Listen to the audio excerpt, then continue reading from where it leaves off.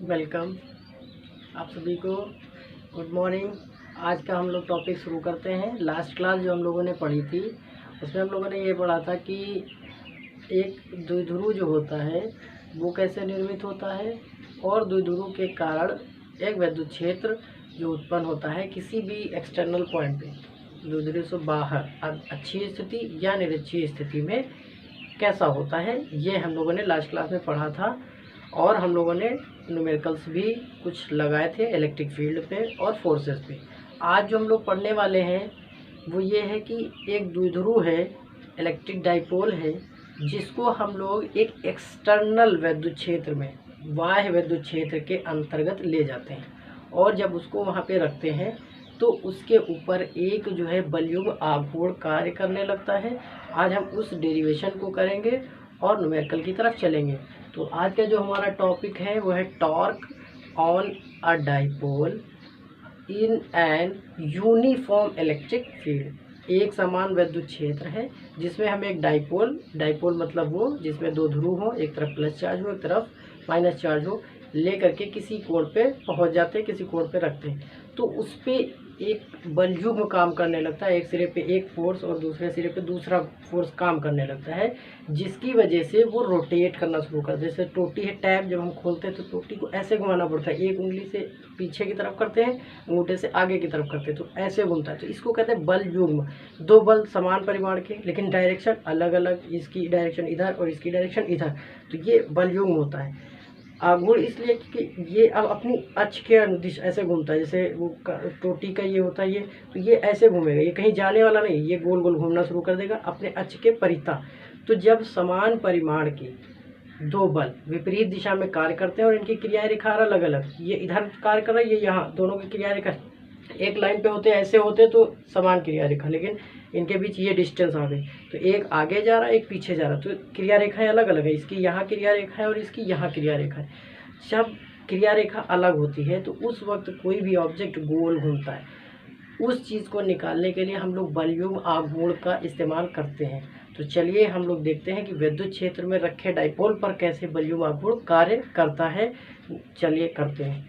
अब मान लीजिए हमारे पास जो है एक द्विध्रुव है जिसके पास एक ए सिरा है, जो ए सिरा है उसके पास माइनस क्यू चार्ज है और जो इसका दूसरा सिरा है बी, इसके पास प्लस क्यू चार्ज है।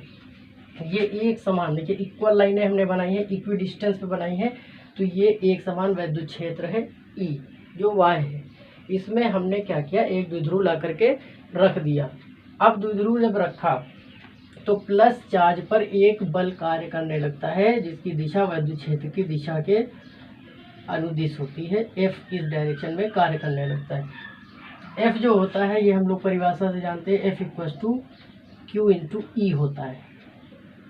लास्ट डिफिनेशन पढ़ी थी, E equal to F by q, तो वहीं से निकल गया F equal to q into E. ये विद्युत क्षेत्र की दिशा में कार्य करता है।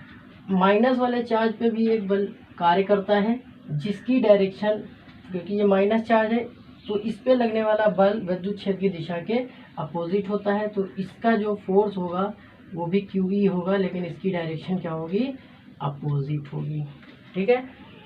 अब यहाँ से हम अगर एक परपेंडिकुलर ड्रॉ करें, दोनों क्रिया रेखाएं हम देखें तो इस बल की क्रिया रेखा ये है, ये इसकी क्रिया रेखा हो गई, ये इसकी, मान लीजिए ये पॉइंट सी है, तो एक बल वहाँ काम कर रहा है इधर और एक बल इधर कार्य कर रहा है ऐसे, तो इन दोनों के बीच की क्रिया रेखा मैंने लंबवत दूरी निकाली कि दोनों फोर्सों के बीच कितनी डिस्टेंस है। तो देखिए मान लीजिए ये कुछ एंगल पे रखा हो, थीटा कोण पे रखा हुआ है। डाइपोल जो है हमारा द्विध्रुव जो है वो इलेक्ट्रिक फील्ड के साथ किसी कोण पे रखा हुआ है, थीटा पे रखा हुआ है। तो अगर थीटा हम ले लेते हैं, कोई एंगल थीटा है, तो अब क्योंकि ये तो ना ही ये जो पी है ना ही क्षैतिज दिशा में है ना ही ऊर्ध्वाधर है, तो हम क्या करते हैं इस कंपोनेंट, इसके कंपोनेंट कर देते हैं। इसका इधर जब हम घटक निकालेंगे तो जिधर की तरफ कोण होता है उधर की तरफ कॉस आता है, तो ये क्या बन जाएगा 2l कॉस थीटा। ये डिस्टेंस हमारी हो जाएगी 2l कॉस थीटा। अगर हम इस डिस्टेंस की बात करें तो ये हमारी डिस्टेंस हो जाएगी 2l साइन थीटा। ये दो डिस्टेंस हो जाएंगे। अब हम चलते हैं इधर। जो बलयुग्म आघूर्ण होता है, टॉर्क जो होता है उसको टाउ से रिप्रेजेंट करते हैं। टाउ, इसको पढ़ते हैं टाउ। बलयुग्म आघूर्ण कहते हैं कि द्विध्रुव पर कार्यरत दोनों बलों में से कोई एक बल, दोनों बलों में से कोई एक बल गुणे इन दोनों बलों के बीच की जो लंबवत दूरी है,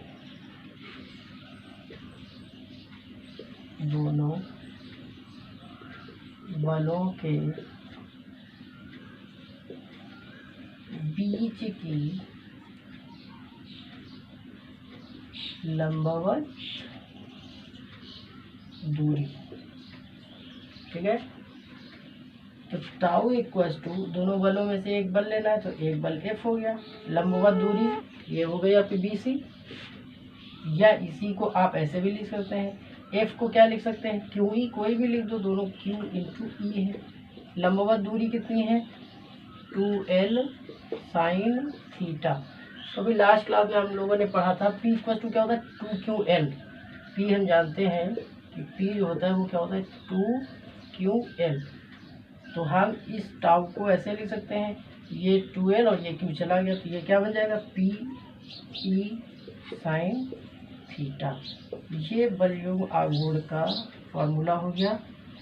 अगर हम अब इसकी टेंडेंसी क्या होती है, ये जो टाउ होता है ये इसको गोल घुमाने की कोशिश करता है, और गोल इसलिए घुमाना चाहता है, वो चाहता है कि ये जो द्विध्रुव है ये आ करके विद्युत क्षेत्र की दिशा में ऐसे रुक जाए।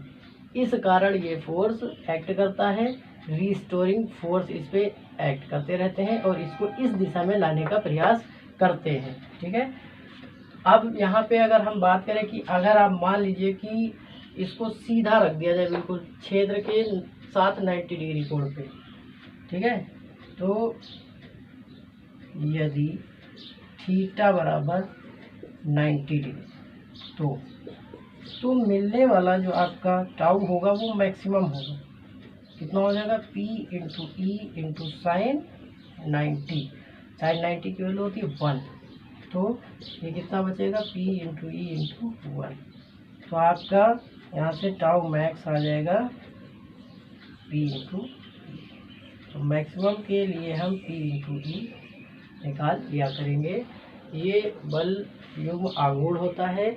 बलयुग्म आघूर्ण का नेचर ये होता है कि वो द्विध्रुव को हमेशा विद्युत क्षेत्र की दिशा में अलाइन करने की टेंडेंसी रखता है, वो उसको उधर की तरफ लाना चाहता है जिधर की तरफ विद्युत क्षेत्र होगा, जिस कारण ये गोल गोल घूमना शुरू कर देता है।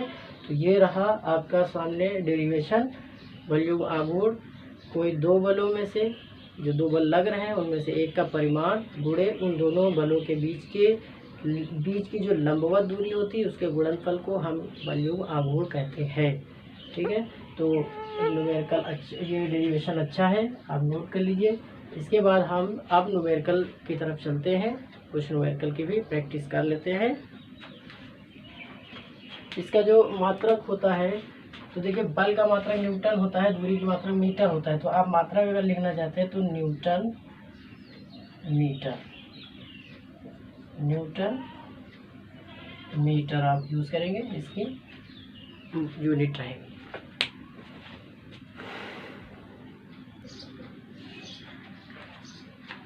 चलिए देखते हैं न्यूमेरिकल्स। पहले हम लोग ये न्यूमेरिकल लगाते हैं। न्यूमेरिकल देखिए क्या कह रहा है, 2 charges 1 + 5 microcoulomb and other -5 microcoulomb are placed 1 mm apart. तो कैलकुलेट द P। तो हमें यहाँ पे जो है मोमेंट बताना है, मोमेंटम बताना है डाइपोल का, जो कि 1 mm पर सिचुएट है। कहने का मतलब ये है कि एक आपका जो चार्ज है वो यहाँ पे है और इससे 1 मिलीमीटर की दूरी पर एक दूसरा चार्ज है। जाहिर सी बात है डाइपोल है तो चार्ज सेम ही होंगे।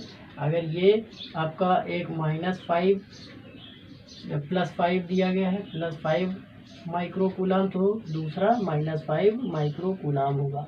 हमसे पी पूछ रहा है कि पी क्या होगा, पी आपको बताना है। पी क्या होता है वो मालूम है, 2Ql होता है। इस फॉर्मूले का यूज़ करके हम लोग निकाल सकते हैं पी, ठीक है। तो सबसे पहले हमें जो L गिवन है, जो 2L गिवन है, डायरेक्टली 1 मिलीमीटर है, तो मिलीमीटर है, चेंज करना पड़ जाएगा। तो इसको 1 × मिलीमीटर होता है 10⁻³ मीटर। दूसरी बात जो हमें क्यों दिया गया है वो +5 × माइक्रो का मतलब 10⁻⁶ कूलम। बाकी हमें ज़रूरत नहीं, एक ही चार्ज की ज़रूरत पड़ती है। तो जो हमारा पी हो जाएगा वो आ जाएगा 5 × 10⁻⁶ × 1 × 10⁻³ तो कैलकुलेट कर लेंगे। तो 5 × 10⁻⁹ कूलम मीटर। तो ये क्या हो जाएगा, आंसर आपका हो गया 5 × 10⁻⁹ कूलम मीटर।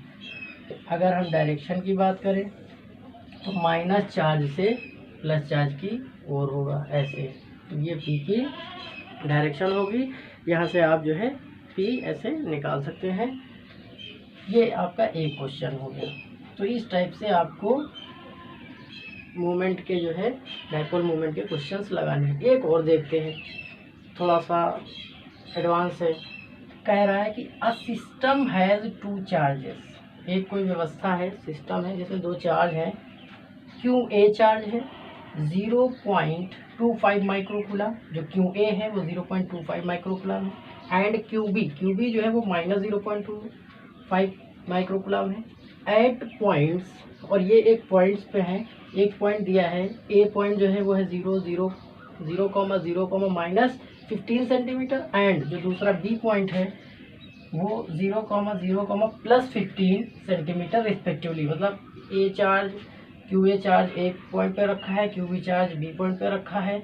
अब बताना है find total charge and electric dipole moment of system. तो देखिए, जब 3 कोऑर्डिनेट लिखे हों तो पहले को x समझा जाएगा, दूसरे को y और तीसरे को z। तो देखिए दोनों में x0 y0 मतलब इस जो कोऑर्डिनेट सिस्टम है बस वो एक एक्सिस पे है। ये एक कोई एक्सिस है, z एक्सिस। यहाँ पे एक कोई पॉइंट है, मान लीजिए ये 0 पॉइंट है, इनिशियल पॉइंट है। तो -15 कहीं यहाँ पे है, यहाँ पे ये a पॉइंट है, ये -15 डिस्टेंस है यहाँ से। इसको पॉइंट अगर हम लिखें तो 0,0, -15 ये पॉइंट हो गया सेंटीमीटर में। यहाँ पे एक चार्ज रखा हुआ है QA, जो कि कितना है 0.25, ये यहाँ पे रखा हुआ है माइक्रोकूलम। इसी के जस्ट अपोजिट, अब भाई बाकी तो 0,0 है, तो एक पॉइंट यहाँ है B, जिसके कोऑर्डिनेट है 0,0, +15 सेंटीमीटर में है। यहाँ पे जो चार्ज रखा है वो QB है, वो -0.25 माइक्रोकूलम है। अब यहाँ पूछा इस सिस्टम के पास कुल चार्ज कितना, तो कुल चार्ज तो 0 है भाई, ये प्लस ये करेंगे तो चार्ज हो जाएगा 0। तो इस सिस्टम के पास कुल चार्ज कितना है, तो फर्स्ट जो टोटल चार्ज की बात हो रही थी, इस सिस्टम में टोटल चार्ज कितना है, तो टोटल चार्ज होता है Q equivalent, Q total equals to Q1 + Q2 +... तो इस फॉर्मूले से जो Q टोटल निकल के आएगा हमारा, वो आ जाएगा आपका +0.25 microcoulomb -0.25 microcoulomb is equals to 0 microcoulomb. मतलब कोई चार्ज वहाँ पे नहीं है, 0 आ जाएगा। ठीक है, ZERO, ये इसका आंसर हो गया। Second part electric dipole movement की है। इलेक्ट्रिक डाइपोल मूवमेंट आप, क्योंकि 0 से इधर भी 15 सेंटीमीटर हमें मिल रहा है, इसके उधर भी हमें 15 सेंटीमीटर मिल रहा है, तो टोटल डिस्टेंस जो 2L हो गई है ना, तो हमें P निकालना, P equals to 2Q, Q की वैल्यू 0.25 × 10⁻⁻6 कूलम में बदल लेंगे, इंटू L कितना मिला 15, सेंटर से डिस्टेंस कितनी है 15 सेंटीमीटर है 10⁻⁻² कर देंगे तो क्या हो जाएगा 25 दूना 50, 25 दूना 50 और 15 पछे 75 इंटू 10। अब देखिए 15 दूना 30, 3 बचा पॉइंट यहाँ चला गया, 25 तिया 75, 7.5 इंटू 10 की पावर माइनस का 8 आ जाएगा। 7.5 इंटू 10 की पावर माइनस 8 कूलाम मीटर। तो ये हमारा P आ गया 7.5 इंटू 10 की पावर माइनस 8 कूलाम मीटर। अब रही बात P की डायरेक्शन की, तो देखिए माइनस टू प्लस, माइनस से प्लस की तरफ, तो ये इसकी क्या हो गई डायरेक्शन हो गई कि माइनस चार्ज जिधर है उधर से प्लस की तरफ, means B2A direction along Z axis. ये इसका आंसर हो गया। इस टाइप से न्यूमेरिकल आपको लगाने हैं, बहुत इजी है, थोड़ी सी कोशिश करेंगे तो सारे न्यूमेरिकल्स लग सकते हैं। जो हिंदी मीडियम वाले हैं घबराना नहीं है, सिर्फ स्टेटमेंट बहुत सिंपल है, आपको एक्सरसाइज में मिल जाएंगे, पढ़ेंगे बिल्कुल समझ में आएंगे। यही फॉर्मूला लगाना है, जब भी इलेक्ट्रिक डाइपोल मूवमेंट कहे तो P निकालना है, जब टॉर्क कहे तो फिर आपको जो है टाउ निकालना है।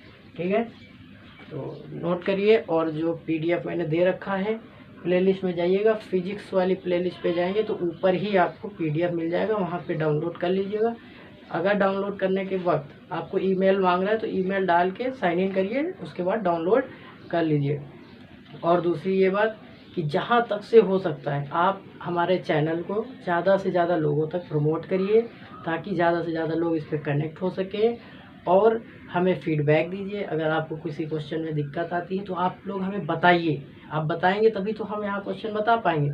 तो जिसको अगर न्यूमेरिकल लगाने में दिक्कत आ रही है तो वो अपने न्यूमेरिकल को शेयर कर सकता है, कमेंट कर सकता है, ताकि मैं उसकी प्रॉब्लम को सॉल्व कर सकूं।